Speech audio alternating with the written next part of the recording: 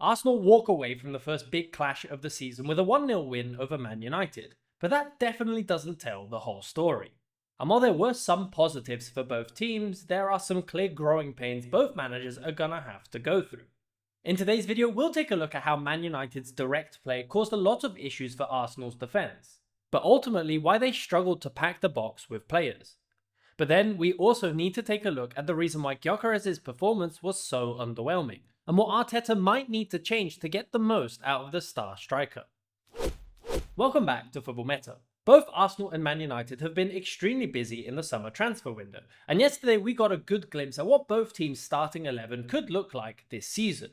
In this match, statistically speaking, we can see how Man United dominated on all fronts. They completed more shots, more passes, and ended the game with a higher XG. Yet, Arsenal's deadly corner kick routine saved them once again like it did so many times last season. But tactically speaking as well, it felt as if one manager had been working harder to adjust this system than the other. And Ruben Amorim's Man United had some interesting ideas on how they wanted to expose Arsenal's defence. It all starts with the way they wanted to build their attacks from the goalkeeper. From this position, Man United would look to move the centre-back De Ligt into midfield alongside Casemiro, with Fernandes pushing slightly further into midfield.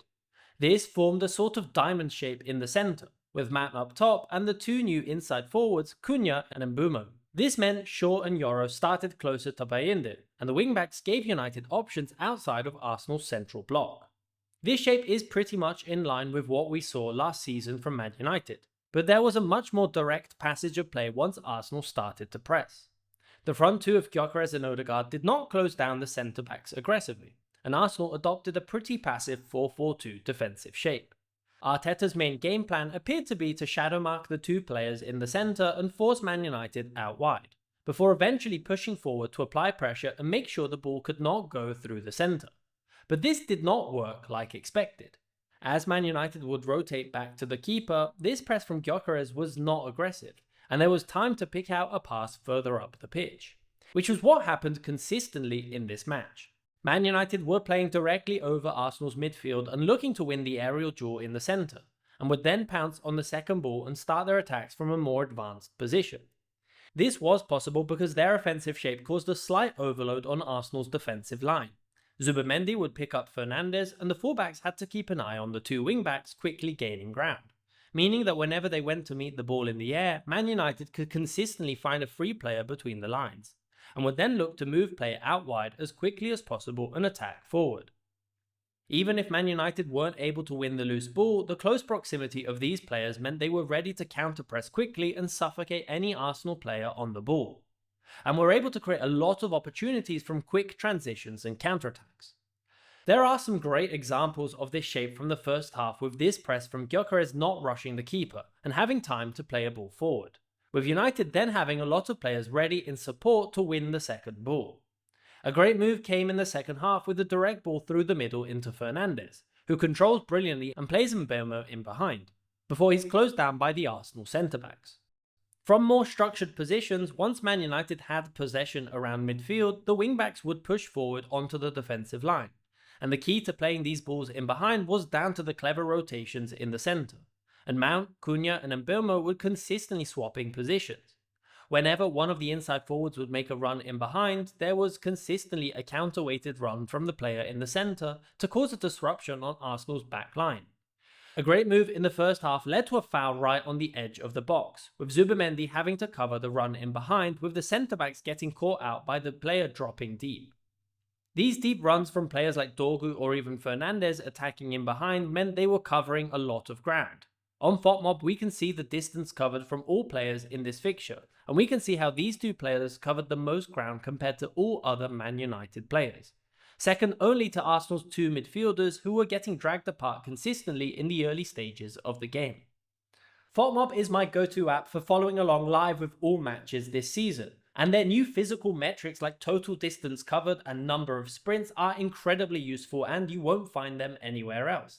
So go check out FotMob for free by using the link in the description or pinned comment down below. But for Man United, although they were able to break forward consistently, there was one glaring weakness to be seen, and that was the lack of players running into the box to meet the cross. Because so many of Man United's attacks came from a transition or from a deep position, once the wingbacks were ready to deliver the ball back across the box, the three players in the centre were not ready to make supporting runs. Mount, Cunha and Mbeumo are all players that prefer the ball to feet, so are more comfortable looking for the layoff rather than attacking the cross to challenge for the header. And it certainly seems like an issue that Ruben Amorim will need to fix this season, as they did find themselves in dangerous positions on a few occasions against Arsenal, but lacked that decisive moment to finish off the move, with few players actually willing to get into the box. Late on in the game, we did see United start to attack more aggressively, and Mbeumo forced a decent save from Raya, and there were a few nervous moments from the Arsenal defence. But ultimately, Man United lacked a clinical edge in the box. Nonetheless, even though they leave the game empty-handed, it did somewhat feel like some progress was made from Man United against an Arsenal team that looked far from their best. And specifically, their new star striker Viktor Gyökeres struggled to get involved in the game, and it might be down to how Arteta wants to use him. Arteta has become a much more fluid manager in recent seasons, and Arsenal adopt a lot of different shapes when playing out from the back. But there's one key rotation that we saw from Gyokeres in this match, and that is that he will rotate to pin the centre-back on the side of the ball. If Arsenal are building down the right, he will move over to the right inside channel. If he was on the left, then he would shift over onto Yoro. The idea behind this is pretty straightforward. By pinning the centre-back, it frees up space between the lines for the midfielders to get on the ball, and Arsenal can get a lot of players on either side to create quick overloads. And if the space is right, then Gyokeres is ready to be played into the channel. But here is where I think Gyokeres might struggle to adapt to this current setup. As we saw from his time at Sporting, Gyokeres is more of a transitional player. He thrives in open space and when running at the centre-backs with the ball, mostly from the left inside channel where he can then cut onto his right foot. But in this current setup, he's not in a position that plays to this strength. And for example, if Arsenal progress down the right flank, he either ends up in a position that is hard for him to score from as he's on the front post and marked, or he's the player delivering the cross, which we saw in the first half in this game against Man United, where he wasn't able to pick out a player on the back post.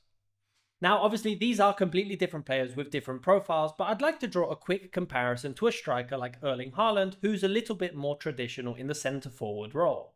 Haaland is not a player that loves to get involved with the build-up, but is much more fixed to a central position.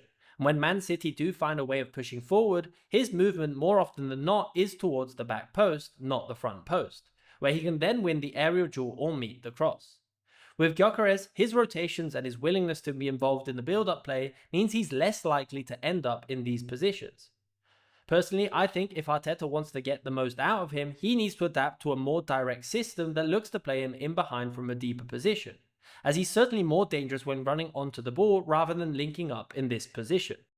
But because Arsenal are a team that often end their moves with crosses onto the back post, for example with Odegaard picking up the ball in this position, I also think it would be more beneficial if Gyokeres adopted a position more similar to what we see from Haaland on the back post. Now obviously it's still way too early to pass judgment on a player that will undoubtedly have a big impact in this Arsenal team, but I'm curious to know your thoughts on his performance so far and what you think Arteta can do to get the most out of him. Leave your thoughts in the comments down below. And don't forget to download FotMob to stay up to date with all the latest statistics for this season in the Premier League. Thanks for watching.